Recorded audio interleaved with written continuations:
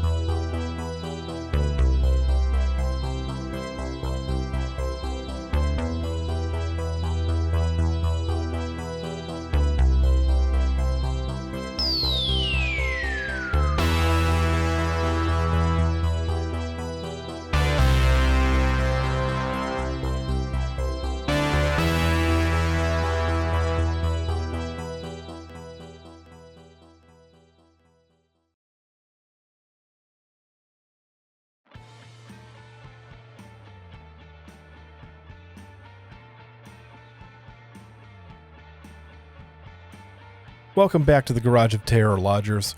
I'm Tim Sprague, and I've got two brand new stories for you tonight. Not just brand new, but two never-before narrated stories. Who hooks you up, baby? Let's just dig right on in. The human body is fascinating, isn't it? All these organic parts working together to power us through our daily lives. From a technical standpoint, it's a marvel of engineering, a true biological machine. It takes a special kind of evil to want to twist that machine into something more, well, twisted. To combine the biological with mechanical to form something new. So sit back, relax, and above all else, make sure that your door's locked. Mr. Gangley once again walks the halls in tonight's first story, The Corpse Machine.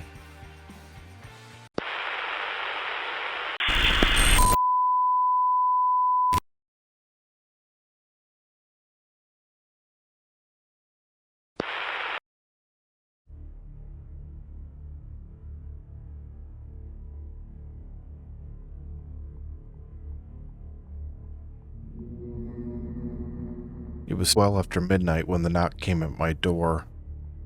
I'd been told that it would happen hours earlier, but I had known it wouldn't be that early. Nothing about this project ever seemed to stay on schedule. I opened my eyes and pushed my chair out from the desk. I probably could have gotten some sleep while I was waiting. That likely would have been the smart thing to do.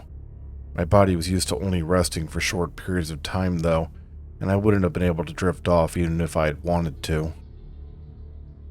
Opening the door, I found Peter Lewis standing on the other side. I had expected as much. He'd been acting as a go-between for myself and his employer since the beginning. No, I mentally corrected myself. Employer wasn't really the right term. I wasn't sure what it actually was, but it definitely was an employer. "Good evening, Mr. Morwood," Lewis said politely. "We're ready to begin." I nodded at him without answering and began to step to the doorway. "You'll want to bring your protection with you," Lewis pointed out before I could do so. I silently cursed. I hadn't been staying at the Alden Hall for very long, and I wasn't yet accustomed to the rules that came with doing so. Going back around my desk, I opened the top right drawer and took out a small silver amulet. I put the chain around my neck and slipped the amulet under my shirt. Certain protections have been set up inside of my office to keep it safe, but because of the nature of the project, it wasn't possible to do so for the rest of the house. With that done, I followed Lewis out of the office and into the hallway. The sounds of moaning and screaming immediately assaulted my ears. I gritted my teeth as I tried to ignore it. The noise was a constant presence in Alden Hall. There was a reason why I paid all of my staff over double their standard salaries for the time they spend in the building. We passed a pair of security guards before descending the stairs leading down to the first floor. Both of the men were wearing earpieces designed to cut down the level of sound that entered their ears. Normally I frowned at anything that reduced the effectiveness of my security staff. They were the best available, and since I compensated them as such, I expected them to live up to their reputations. I made an exception here, though.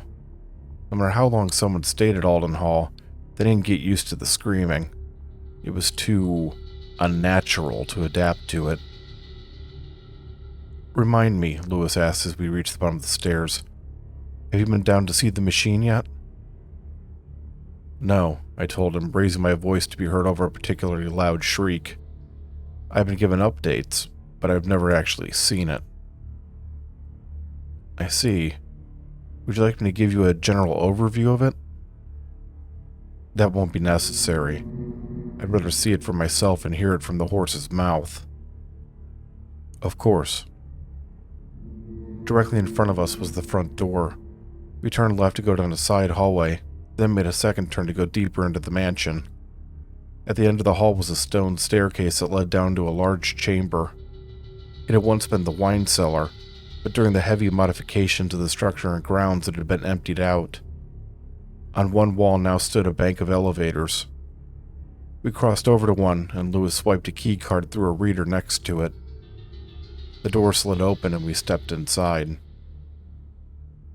The elevator shook slightly as it began to descend. It continued down for quite some time. Even though I had seen and approved the plans, I don't think that I had realized just how far down below the ground level the construction had gone. I had suffered from mild claustrophobia in my youth, and although I hadn't been affected by it in years, I felt the first pangs of it creeping in. I began to notice an odd sound the further that we went. It was steady and rhythmic, and at first I mistook it for my own pulse. As it grew louder, however, I realized that it was coming from outside of the elevator. I thought about asking Lewis about it, but I kept the question to myself as I reminded myself that my questions were best saved for the person I was going to meet. After what seemed like an eternity, the elevator stopped and the door opened. We stepped down to another hallway.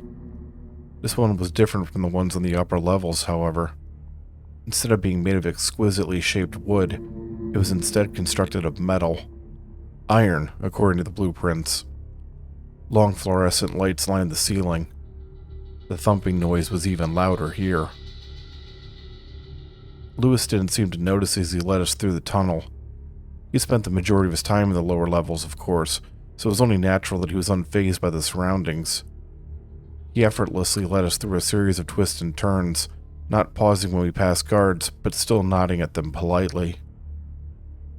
We came to a four-way intersection that stopped. "I can either take you to see the machine first, or I can take you to his office," Lewis told me. "Which would you prefer?" "Take me to him," I answered immediately. "I want him to walk me through everything step by step himself." Without another word, Lewis turned down the left corridor and continued on. There were no guards down this passage, and the overhead lights were dim to the point that it was difficult to see. In addition to the constant pounding, I began to detect a new sound. This one I recognized, high amounts of electricity running through power lines. The humming was unmistakable. We came to a door that simply didn't belong in the metal hallway. It was large and wooden, carved from thick oak and adorned with dozens of symbols that I didn't recognize. Lewis stepped aside to allow me to pass by him. We had arrived at our destination, and it was clear that he wouldn't be joining me inside. I turned the silver doorknob and entered. The room inside was dark, and even after passing through the dim corridor, it took my eyes a few moments to adjust. The only source of light was a series of computer monitors on the far side of the room. At first I thought that there had been some sort of mistake, and that I was alone. I sensed more than heard the movement near the computers. I wasn't alone. There was someone, or something, in the darkness. The large presence felt like it was both in front of me and looming over me at the same time. I stared in the direction of the room's occupant, but no matter how hard I tried, I couldn't see him. That had always been the case. Although we had worked together for years, I had never been able to get a good look at him. Even during the early stages of our partnership, he remained covered or spoken through an intermediary. He leaned in towards the computer monitors, and I was able to make out a small part of his face. It was a wide grin, one so impossibly wide that it spread back into the darkness. His large teeth were on full display, as were the blood-red gums that housed them. Bandages were wrapped around the flesh above the lips. Because of the shadows, I couldn't tell how far up his face they went. Guten Tag, Herr Morwood. The creature that was once a man said with a German accent, his voice barely above a whisper. Good evening, Mr. Gangley, I answered politely as I tried to hide the sudden fear I was feeling. I was told that we're ready to get this show on the road. We are indeed. It has been challenging, but the preparations are finally complete and I am ready to begin. Excellent.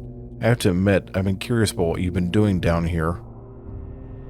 His grin grew wider, if that was even possible. Perhaps you have been wondering if all the money you've been spending has been put to good use? I heard a warning bell go off in the back of my head. No, I haven't been worried about that. Confident that you've been upholding our agreement. I just haven't been privy to the building of this machine of yours, so I'm naturally curious about it. Ah, I see. Gangley was silent for a moment. Well then, please allow me to show you the fruits of my labor and your finances, Herr Morwood. There was a soft click, and the wall to my right began to rise up. I turned just in time to see it disappear completely into the ceiling. It was actually a window looking down on a huge chamber a few stories below the office. With one glance back towards the scientist, I moved closer to the window and peered out. I nearly threw up, only managing to keep my composure at the last possible moment. The entire chamber was covered in what could only be raw flesh that had been stretched out over the walls, floor, and ceiling. Patterns of blue veins were everywhere, and they pulsed as fluid flowed through them. Human bodies were trapped in the flesh. The skin grew over their arms and legs, and parts of their faces and chests were covered as well. None of them appeared to be alive. In the center of the room was a rounded object. The same veins that grew in the skin ran from the flesh and into the sides of the object, and a series of black cables stretched out of the back and out of view below where I was standing. It was the Fatu Machina, and Gangley had managed to make it into even more of an abomination than it already was. Beautiful, isn't it? Gangley said from behind me, an odd note in his voice. I call it the Cadaver Machina. The Cadaver Machina, I repeated slowly. The corpse machine. Indeed. Would you like to know how it works? No, I replied, swallowing hard. Tell me anyway. As you know, He began. When you first acquired the Fatu Machina, I had great difficulty working on how to get it to do what we need it to. It is designed to open doorways to places throughout this universe and the connecting multiverse, but we needed it to do more than that. We needed it to be able to pierce the reality itself, to create a gateway into the underlayers. I nodded slowly. The underlayers were realities that existed long before our own, but had been abandoned by the being that had created them when they had been deemed imperfect.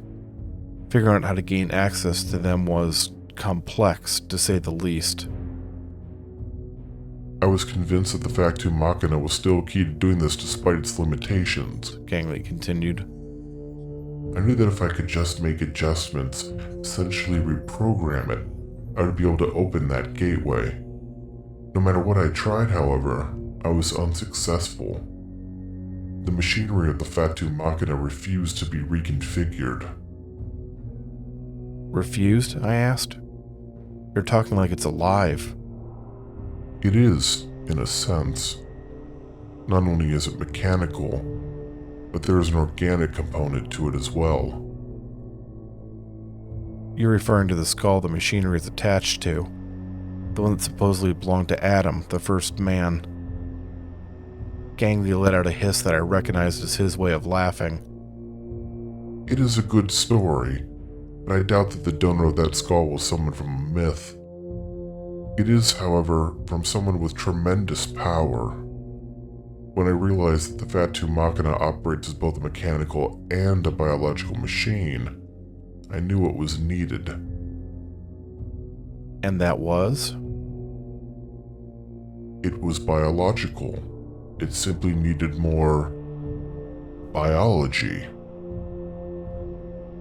I looked out at the grotesque flesh-covered surfaces and shuddered. I had already researched the repurposing of human organs for other uses. He told me. Specifically the heart. It is quite the machine, controlling the flow of blood throughout the body as it works to provide the other organs with what they need. I was able to use my findings from those old studies here. In what way? I asked, not really wanting to know the answer. The full answer to that is quite technical, but the end result is that I have constructed a highly advanced computer system using biological parts. I turned away from the window and looked towards him. Biological parts. You mean parts from human bodies. Another hissing laugh. Indeed. All harvested from the living to ensure they are in working order. Do you disapprove? As long as it works, I don't care where you get your materials from. That is good, because I will require more as this project continues. That is the downside of working with organic parts. In this case, however, it is an unavoidable cost of doing business. I stopped myself from shuddering. When I engaged Gangley's services, I had known the type of person I was getting into bed with. I might not have known the specifics, but I hadn't been under any illusions that his methods wouldn't have consequences.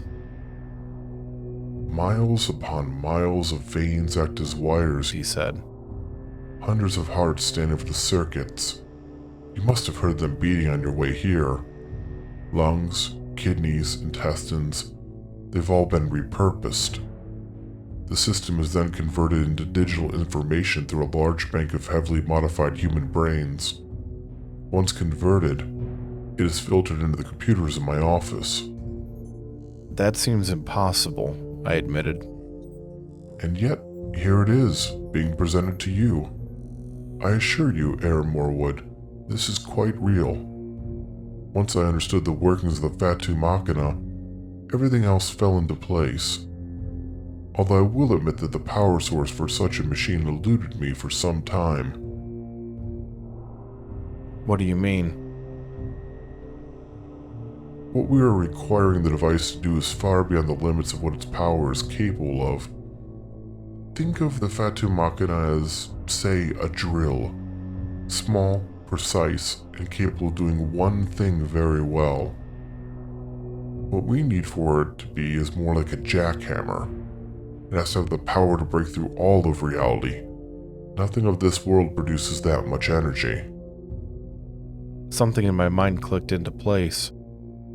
That's what you're using the mansion for, isn't it?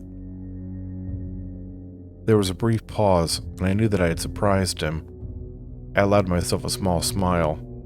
It was good to remind him not to underestimate me from time to time.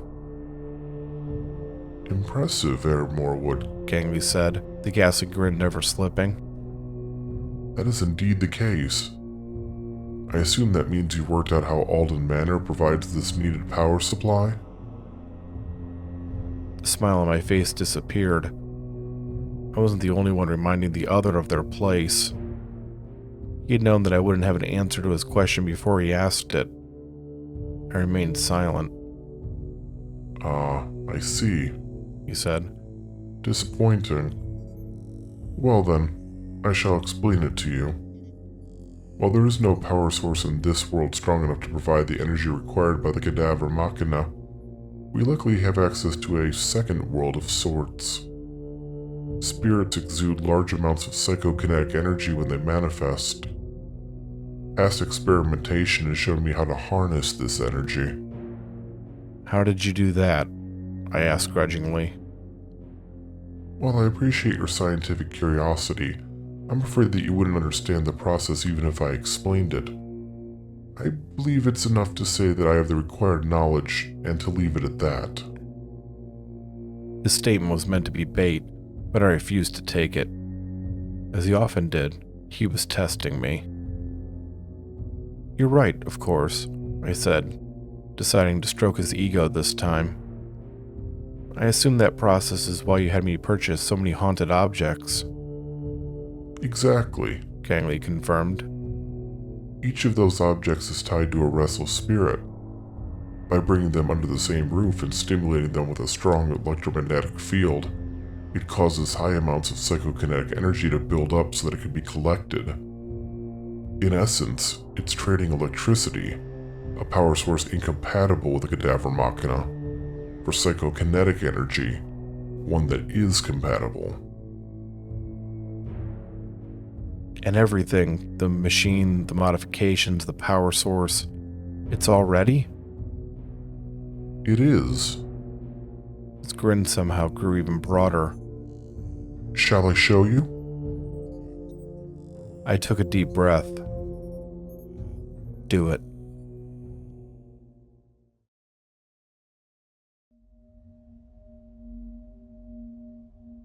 I heard him type on a keyboard. The typing was rapid and yet light, as if he was pressing each key as delicately as possible. As I watched through the window, the room below began to move.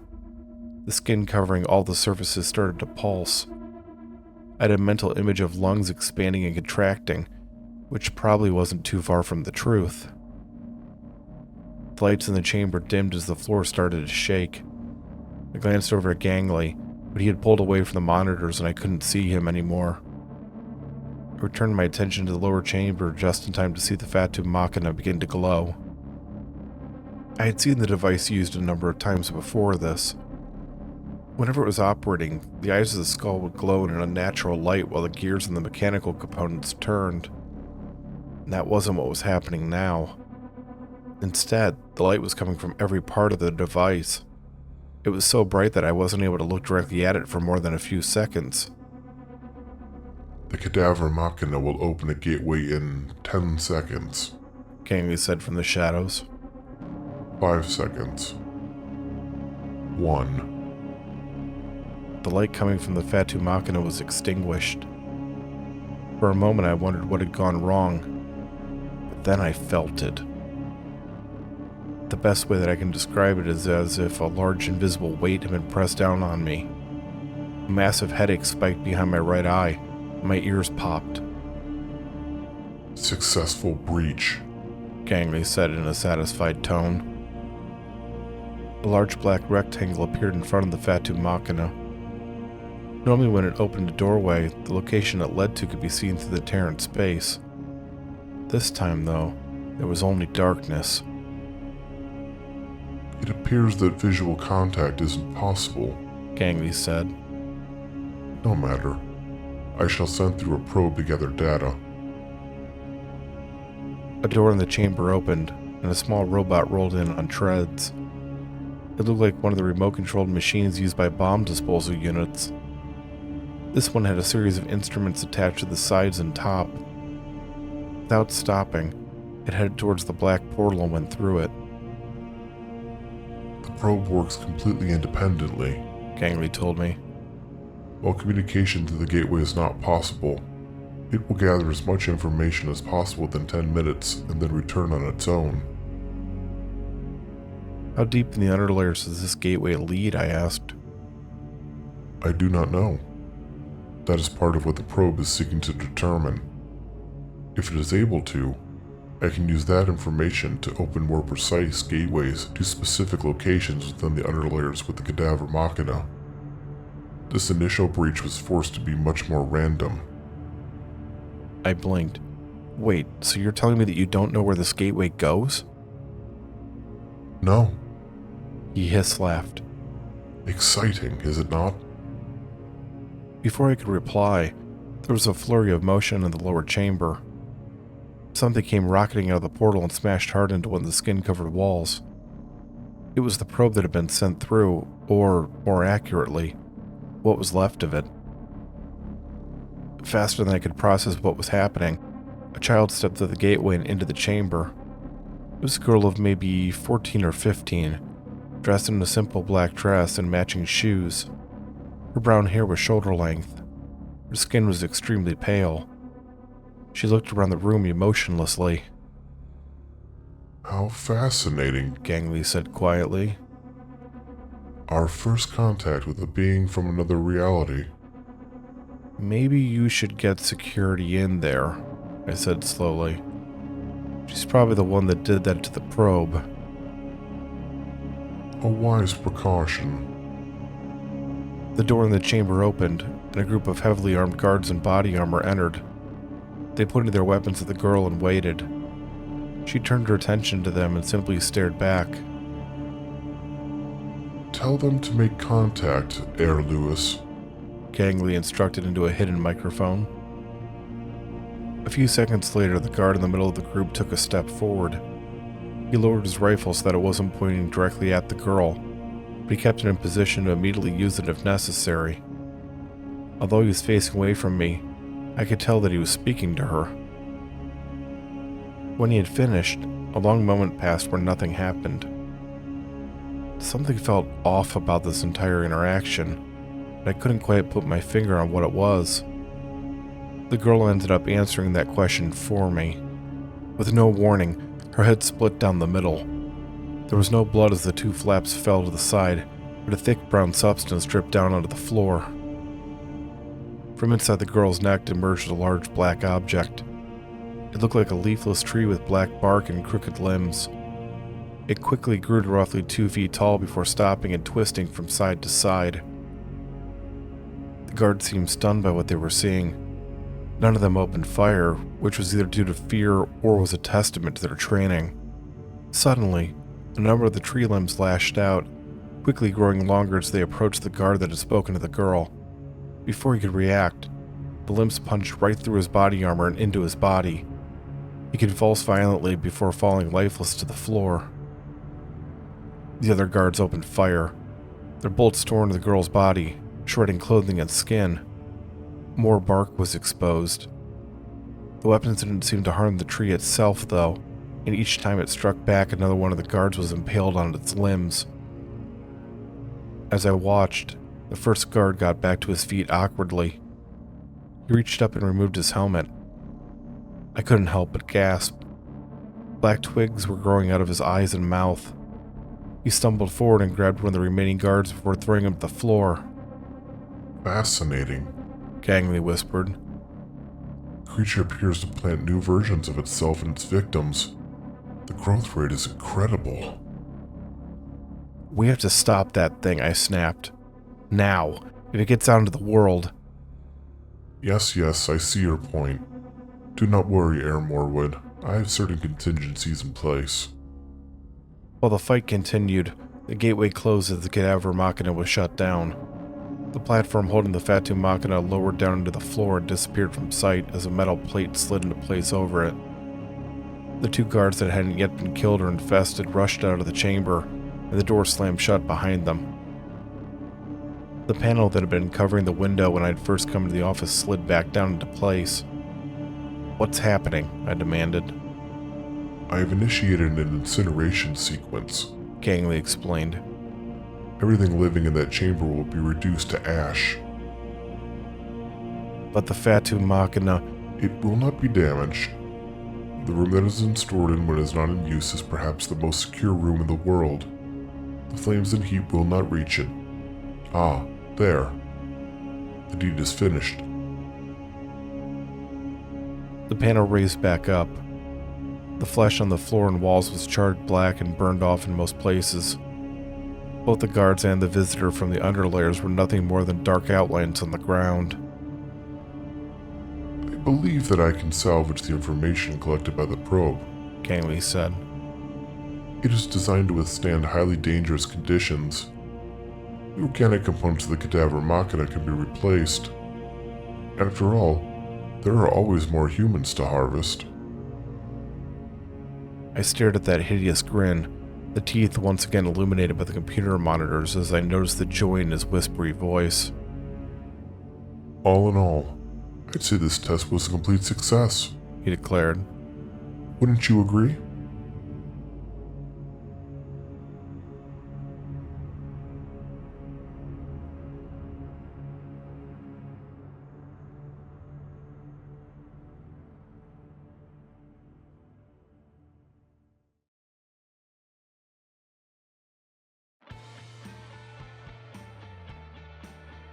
If you enjoy that story, I'm curious to know what your favorite part is.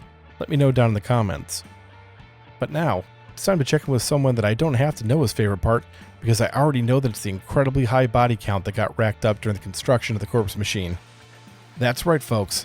It's Squeakers the Slaughtering Squirrel, and he's here with your questions. Squeakers?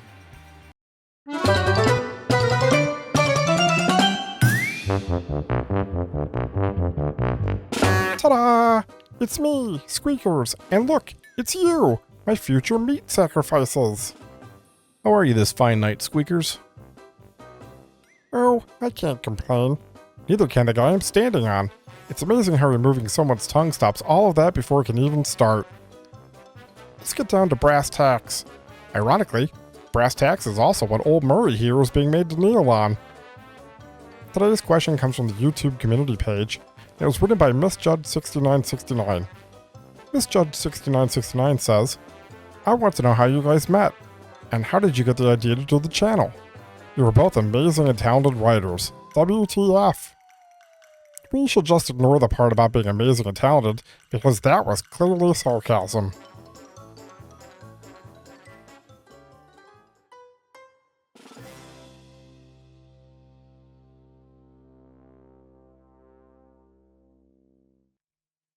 Ouch. Apparently you're good at hurting both bodies and feelings. Well, Misjudged 6969, how did William and I meet? We actually met in a different project.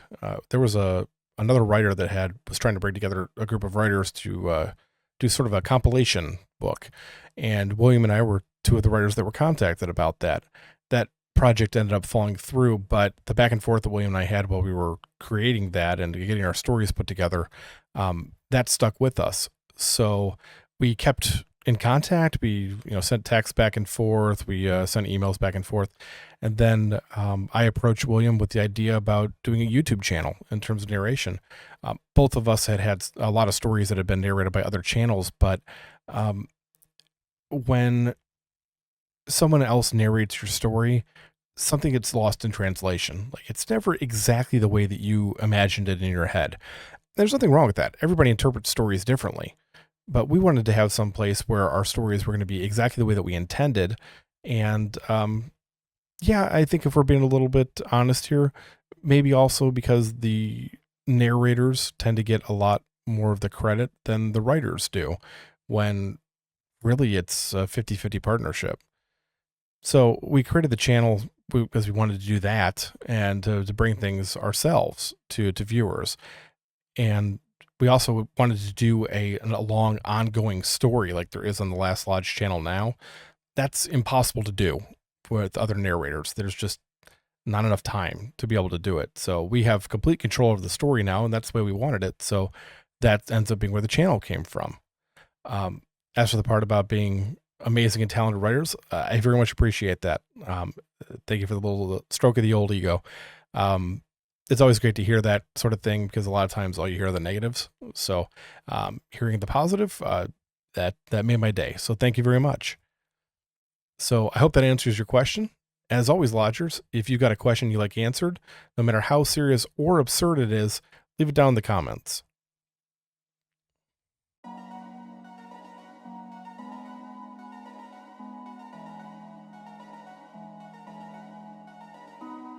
Earlier this year, we opened the doors of the Last Lodge, and to say it's been a wild ride so far would be a massive understatement. When we first came up with the idea of a living, breathing horror story universe, we knew that it was going to be a long road ahead of us. This is a massive project, and with only two of us working on it, there was no question that it was going to require a lot of creativity, a lot of work, and a lot of hours. This was a brand new world to us. We'd both been writing for many years, but when it came to things like narration and video editing, we were completely clueless. Everything that you've seen in this channel so far is a result of us slowly, and sometimes painfully, teaching ourselves the ropes. There's no question that we're still learning, but the absolutely incredible response from you viewers has driven us onward and upward. From the bottom of our hearts, we thank you for allowing us into your world each week, if even for a little while. We are committed to seeing our vision through and providing the best experience that we possibly can. To that end, we're excited to announce the opening of our very own Patreon. We want to be able to completely focus on bringing you new and exciting content, not just in the narration space, but in other spaces as well. We also want to be able to fully commit to The Last Lodge.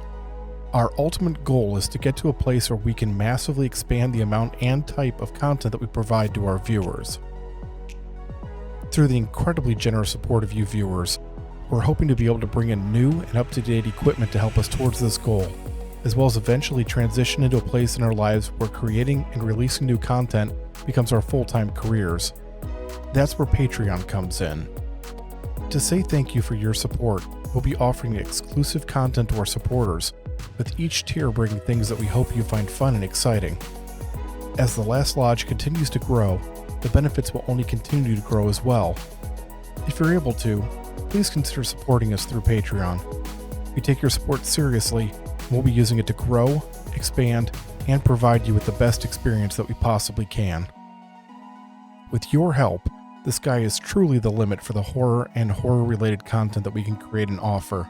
Please, check us out at patreon.com/thelast-lodge.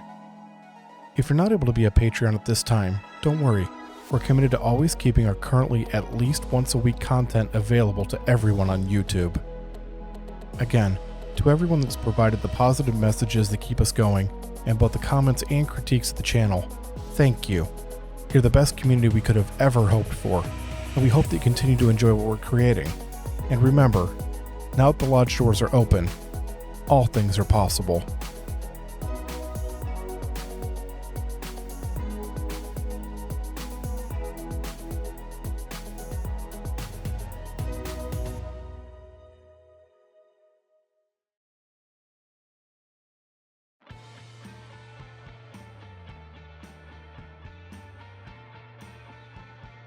Anyone who's ever been in a relationship knows that they're hard.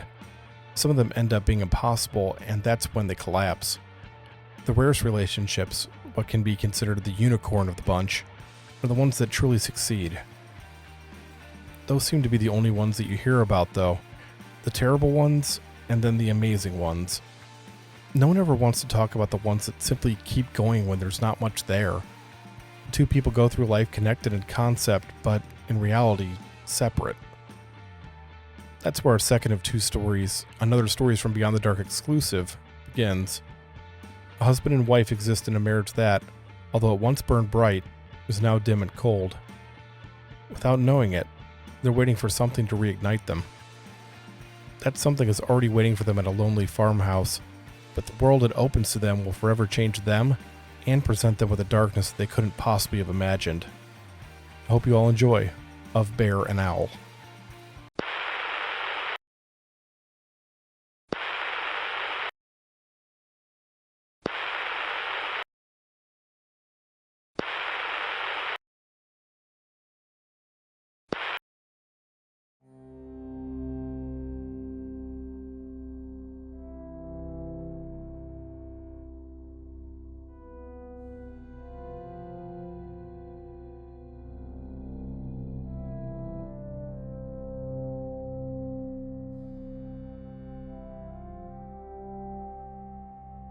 When Nathan Meyer's mother passed away, it wasn't much of a shock. She and his father had been in their early 40s when they had him, and he was pushing the same age now. In other words, she hadn't been young anymore. Like everyone her age, she had had a number of health issues, although she had been surprisingly mobile and active until the end.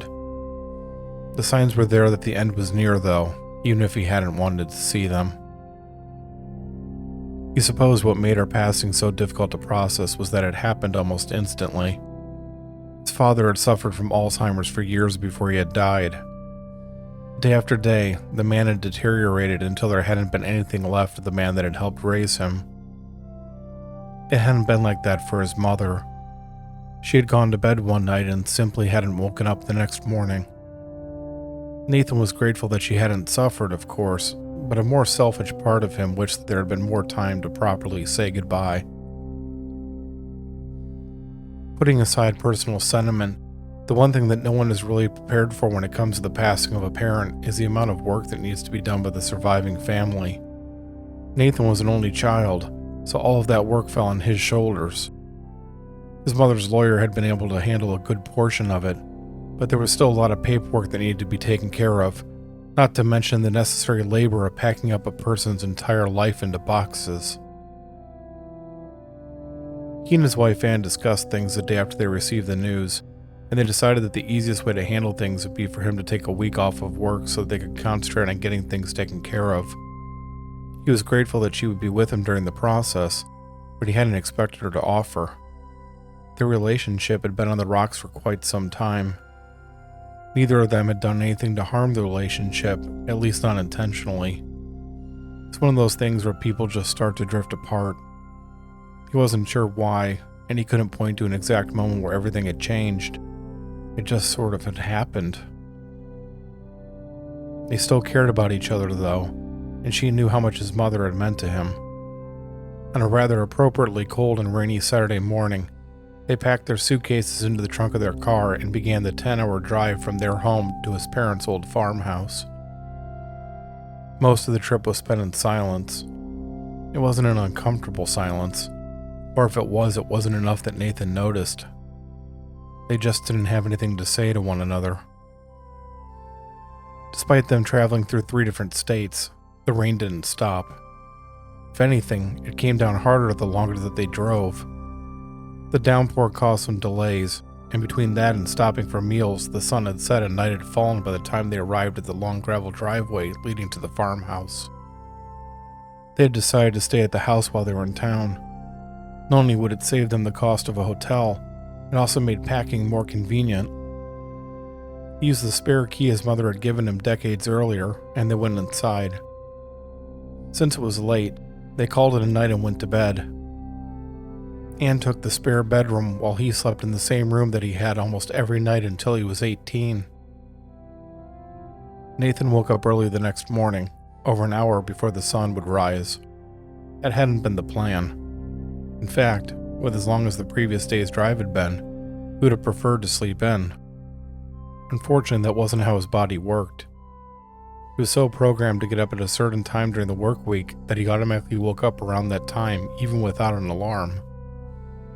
He learned that it was best to just get up rather than to try in vain to fall back asleep.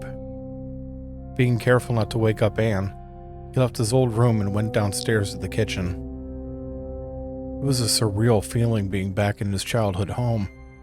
His parents had purchased the farmhouse years before he had been born, so he had never known another home until he had gone off to college. Almost everything was exactly as it had been back then. There were a few new pictures on the wall, but beyond that, things were the same as he remembered them. He glanced over his shoulder at the closed door to his mother's room as he descended the wooden stairs. It shouldn't have been a surprise that so little had changed. During his father's mental decline, she hadn't had time for anything except for taking care of him.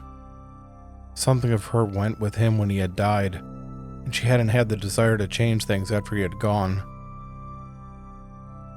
Nathan realized that there was one big difference between when he had been a kid and now. The feeling of the house had changed. It felt empty. All of the furniture and possessions were there, but his parents weren't. It was like he was walking through a hollow shell of a memory. He spent the early hours of the morning going through boxes of files that his mother's lawyer had gathered together. These were records from the past year, everything from grocery receipts to stock records. His parents had never been rich, but they had been smart with their savings and investments so that they could be comfortable in their retirement. The side effect of that was that it left a long paper trail to go through to make sure that all their business was concluded. In the final box was an invoice from a local pest control company. According to the notes, There had been a wasp nest inside the wall connecting the backyard to the kitchen. He smiled slightly. His mother had hated hiring contractors to take care of things around the house. Over the years, she had learned everything from basic plumbing to repairing concrete from a series of home improvement books she had purchased. They had been the ones advertised on the old Bob Vila commercials that had aired constantly on television during his childhood. He heard a noise from the guest bedroom upstairs. Anne was awake. He put the lid back on the box and tried to mentally ready himself for the long day ahead of him. It ended up being harder than he had thought it would be. Nathan managed to get through most of the morning, but he broke down a bit at the funeral home as they were making arrangements for his mother's service. One minute he was giving the funeral director a list of notes they had prepared, and the next, tears were running down his face as he struggled to speak. Intellectually, he knew that it wasn't that big of a deal and that no one thought less of him. He still left the building feeling embarrassed, looking down at the pavement as the continuing rain pattered against his umbrella. The next stop was at the lawyer's office, where he signed a small stack of papers that was put in front of him. He wasn't sure exactly what he was signing, but Anne was a paralegal, and after reading through them, she assured him that they were all standard documents. From there, they went to the florist to place an order for the funeral service, and since the local newspaper was just a few doors down, they took care of submitting the obituary. They ran several more errands. Everything started to blur together for Nathan. He just wanted to be done with things for the day. He was physically and mentally exhausted. He was relieved when they finally arrived back at the farmhouse that evening. Anne retrieved the mail from the mailbox while he went inside and sat down on the couch. Pulling off his soaked shoes, he closed his eyes and leaned back against the soft cushions. He was vaguely aware of her coming inside and heading up the stairs to her room, but he was too tired to say anything. Despite how tired he was, he felt like he had gotten through the worst of it.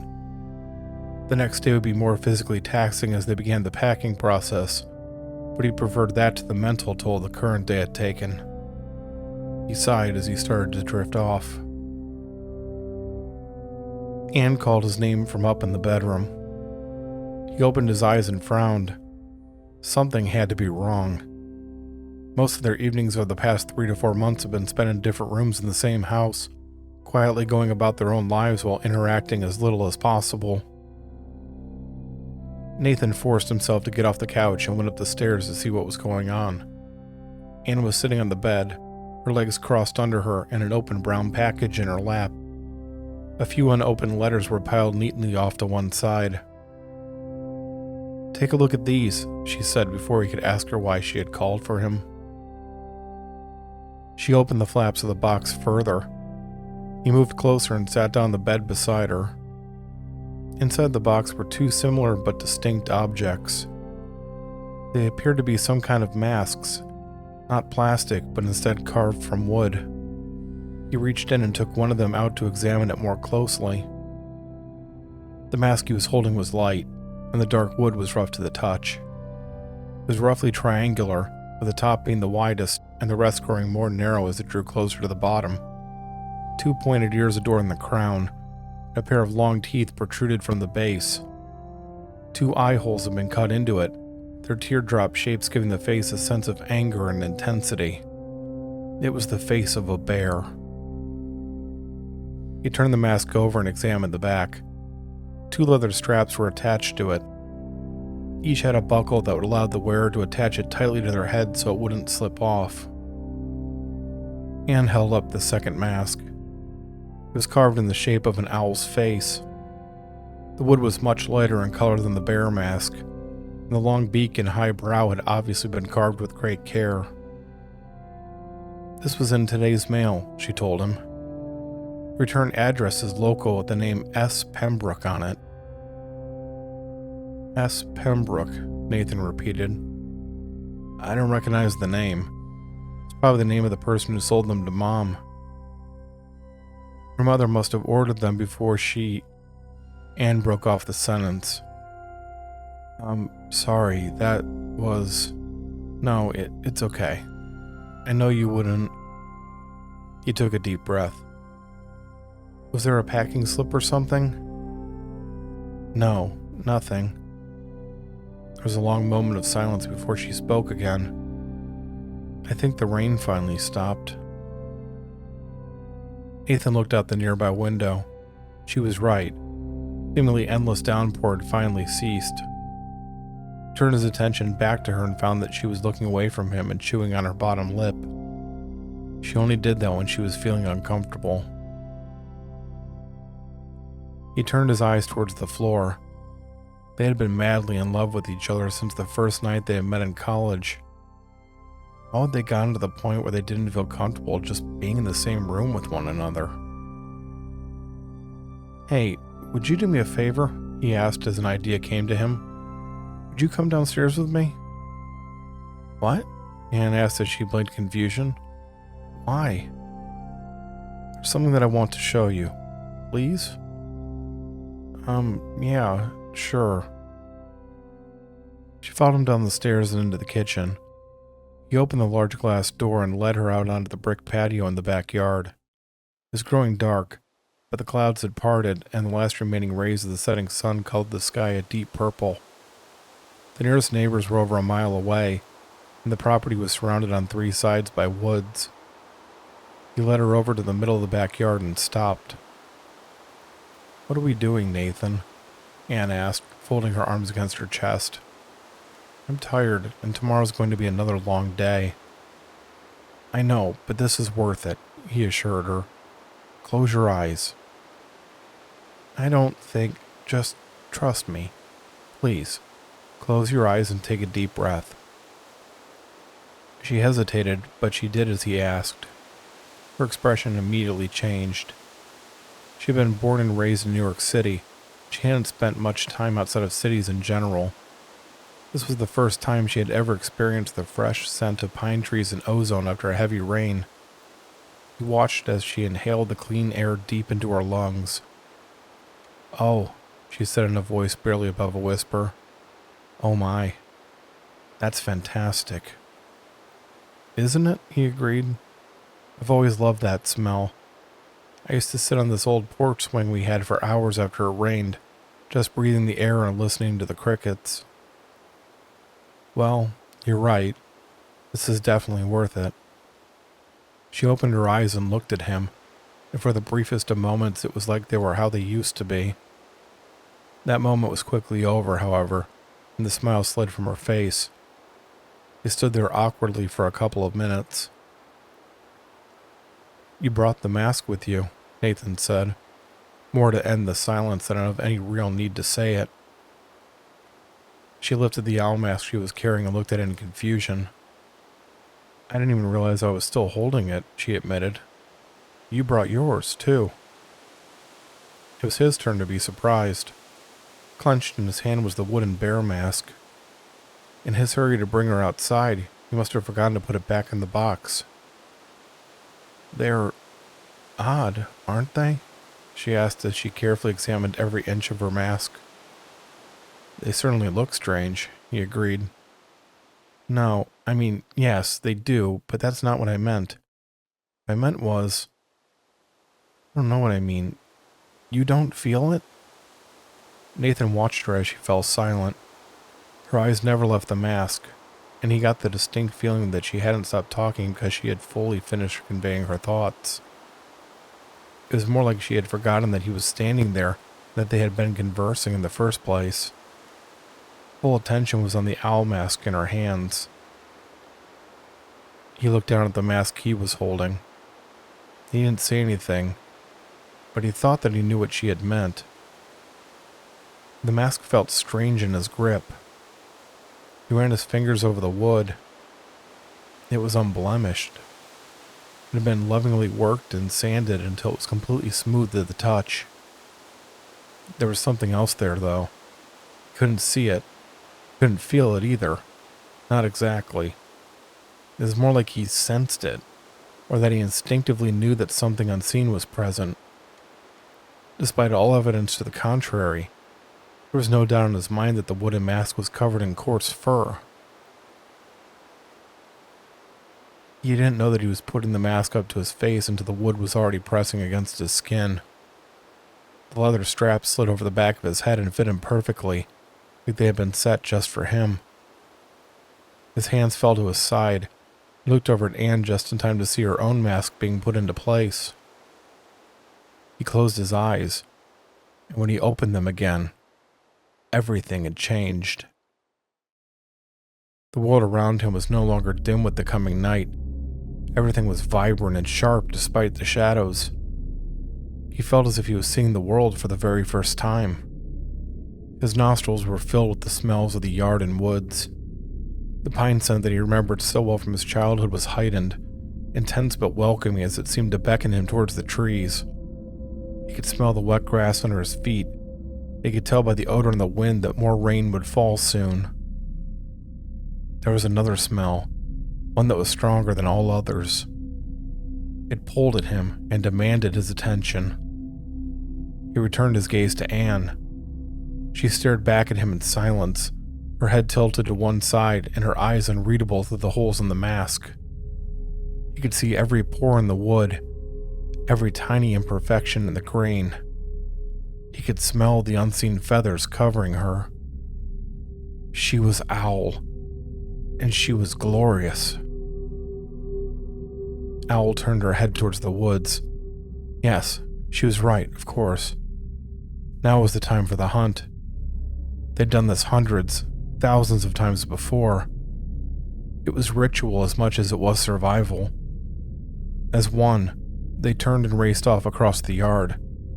His steps were loud in his ears as his feet pounded against the turf.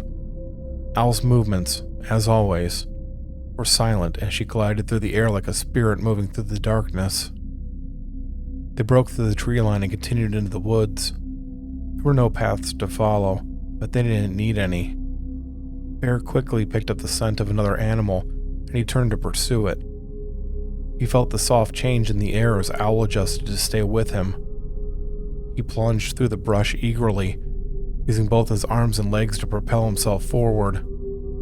Within moments they came to a small clearing, and in the middle of it was the animal they had been seeking. The young deer didn't realize they were there until it was too late. Bear lifted it off of its feet and slammed it down hard in the dirt. It let out a high-pitched squeal. The noise was cut off abruptly as he bit into its throat. Hot blood spilled into his mouth as his teeth dug in deep. The taste was intoxicating and made him want to prolong the kill as much as possible to savor it. Bear was merciful, however. It was in his nature to hunt, but he was a predator, not a simple killer driven by disgusting needs. He twisted his head to one side sharply and tore out the deer's throat. It thrashed around for a few moments before lying still.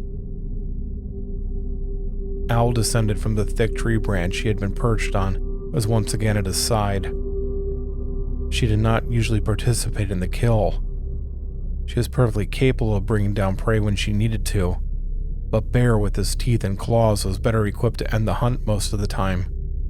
It was a role he took seriously. Together they feasted on the kill. Bear watched Owl as she gracefully tore bits from the carcass and devoured them. He could be stealthy, he could be fast, but her movements flowed like water from a silent stream. They were the perfect complement to each other, his power and viciousness on the ground matching with her intellect and stealth in the air. She finished eating and turned to him. Her entire demeanor had changed. Their hunger satisfied, she was now looking to him to fulfill a different kind of desire. Bear felt a burning sensation within himself. They came together in the clearing, scent of the kill still fresh in the air, as the man and Bear met the woman and Owl. Hours later, in the darkest and quietest part of the night, they began their short journey back to their den. They moved at a leisurely pace rather than the frenzied rush they had been in during the hunt. Bear looked up at his mate and felt at peace. When she looked down to return his gaze, he saw the happiness and contentment in her own eyes. The look suddenly changed, and she sat down on a nearby branch. He came to a stop and watched her, his ears listening carefully for any sound. She had detected something that he had not, something that she had deemed to be a possible threat. After a few moments, her eyes narrowed. She stared into the darkness downwind from their position. He slowly backed into a nearby patch of thick foliage and waited. A minute passed, then 2. Bear still couldn't tell what had made Al nervous, but he had no doubt that something was out there. She was never wrong about such things. A twig snapped somewhere in the distance. He bared his teeth but remained silent. The wind was blowing in the wrong direction, and he wasn't able to pick up the scent of the interloper. There was another sound, this time one that repeated and drew closer to them. It was the sound of dry leaves being crushed underfoot. There was something wrong with the sound. Whatever was approaching didn't walk with the gait of any animal he knew. The rustling in the brush stopped, and for a long moment there was only silence. Bear was uneasy. He wasn't able to smell the animal's scent, but it was possible that it could detect his. His thoughts were interrupted when the intruder stepped into view. It was unlike anything he had ever seen. It was vaguely shaped like a cow, but its head was more like an anteater's, and a pair of bone protrusions ran from its neck all the way to the tip of its long, thick tail. Its flesh was black and scaly. They had 2 options. They could withdraw and leave the creature to its business. It was unnatural, and its mere presence caused Bear's skin to crawl. Perhaps it was best to simply leave it alone and wait for it to leave their territory. Even before he felt Al's change in temperament, Bear knew that they would instead be going with the other option. This thing should not be here. They did not know that it would leave, and they would not be safe unless it did. It was better to confront it here and now, instead of risking it finding their den. Al had not participated in the killing of the deer. This was a different situation, however. This territory belonged to the both of them, and it was both of their duties to protect it. She silently glided down from the tree and, before the strange animal even knew what was happening to it, sank her talon-like fingers into the creature's eyes. It screamed in pain and surprise. In some ways, that scream reminded Bear of the young deer. He emerged from the brush and slowly circled the intruder on all 4s. As Al raked her fingers down the face, Bear focused on the lower body and tore into the flesh just behind the front legs. He then ripped open the left flank, followed by cutting the tendon in the back of the left rear leg. Each slash was surgical, designed to cause the maximum amount of agony and damage while trying to hobble the creature. It stumbled back, and Bear saw his opening. Al pushed away from the beast as he leapt forward and sank his teeth into its throat. The animal thrashed and tried to throw him off, but his jaws were locked in place. Digging his claws into the turf, he pulled back as hard as he could as his teeth sank deeper. The creature collapsed to the ground as its throat was torn out. He had no time to bask in the kill, however, as a second of the creatures emerged from behind the trees. Bear took a step back and bared his teeth, the first animal's oddly dark and thick blood dripping from his jowls. They didn't have the advantage of surprise this time. This would be much more dangerous. The creature made a noise that Bear had never heard before, an angry cry that sounded almost metallic as it rang out. He winced and lowered his head. The sound was incredibly painful to his strong hearing. With him pinned in place, the creature took another step towards him. As it did so, its head began to split open down the middle. It was unlike anything Bear had ever seen. Each of the 2 halves had rows of teeth that were covered in small spines. It was like a mouth that opened vertically instead of horizontally. Bear's instincts were screaming at him. The cry the creature was making was affecting him, making him unable to fight or run. It had to be a hunting technique to make it easier for it to kill prey. Knowing what was happening didn't mean that he could do anything about it, however. It reached him and towered over him as its mouth opened even wider. It was Owl, beautiful and cunning Owl, that came to his rescue. With a shriek filled with anger, she swooped in and dug her claws into one of the mouth flaps. The creature growled and moved its head back and forth in an effort to force her away. As it did so, the noise it was emitting stopped. Bear had control of his body once more. Snarling, he followed Owl's lead and sank his fangs into the other side of the mouth. Caught between the two of them, the strange animal didn't seem to know what to do. It bucked around and rapidly moved its head back and forth, but they were relentless. Bear finally heard the sound he had been waiting for, an almost imperceptible tearing coming from the back of the creature's throat. With all of his strength, he flung his body backwards with his teeth still gripping the flesh. There was a moment of silence before the creature's body lost the fight, and the mouth split further than it was supposed to, ripping the fullness of its head in half. It collapsed to the ground and laid still. For a long time, Bear stood on the cool dirt with his eyes closed, panting in exhaustion as he waited for his heartbeat to return to normal. His breathing finally slowed, and he opened his eyes again. Owl was closely examining the corpse of the second creature they had killed, her head tilting from one side to the other. Sensing that he was watching her, she turned away from it and came over to him, lovingly placing her cheek against his. Leaving the bodies of the intruders behind, they continued towards the den. They would leave the bodies for the animals and insects in the woods.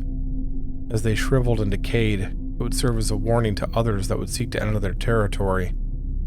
Any that would do so without their approval would meet the same fate. They reached the tree line and returned to the farmhouse's backyard. Without a word, they removed their masks as they walked across the soft grass. Nathan immediately noticed the change in his senses. The night was darker, the scents were less intense, and it was so quiet that it felt like the world had been muted. Even without the heightened awareness, he could still smell the combination of sweat and blood coming from his clothes. "I'm not sure what happened," he said. "What's happening?" Anne corrected him. "Feel it, don't you? It's still happening." "Yes. What do you think it is?" She shook her head. "I don't know. I don't care. All that matters is that we were apart, and now we are one. You are my bear." He looked at her intently. "And you are my owl. You're right. That's all that matters. Tomorrow we'll pack up your mother's belongings, and the day after we'll celebrate her life and return her to the earth. We'll need to make arrangements for our things to be brought here as well. I feel like this is where we belong." "It is. This is our den and territory." Nathan's thoughts went out to the creature's body in the woods. "It's ours." "This place will never be yours," a voice said from behind them. They turned in surprise towards the speaker. There hadn't been anyone there moments earlier, but now there was a man standing a few yards away. He was dressed in a black suit, and his hands were in his pockets. Somehow he managed to appear both out of place and as if he belonged there. "Those creatures will continue to invade your property," the man continued. "They'll only stop when things much worse than them start to arrive. That's the nature of bleeds. Unless they're closed, they start to fester as the rot grows." "Who are you?" Anne demanded as she slowly raised her mask towards her face. "There's no need for that, madam. You're in no danger from me. My name is Silas Pembroke." "Pembroke," Nathan said slowly. "You're the one who sent these masks." "Very good, Mr. Meyer. Why don't we all step inside and I'll make us some tea? It'll take some time for me to explain why I'm here, so we might as well get comfortable. After all, you're very much going to want to hear what I have to say."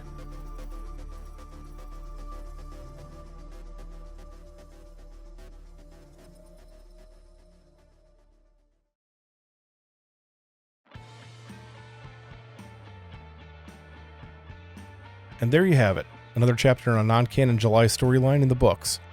Be sure to check out the next episode, because it's time to introduce a certain serial killer in werewolf's clothing that many of you have been asking for.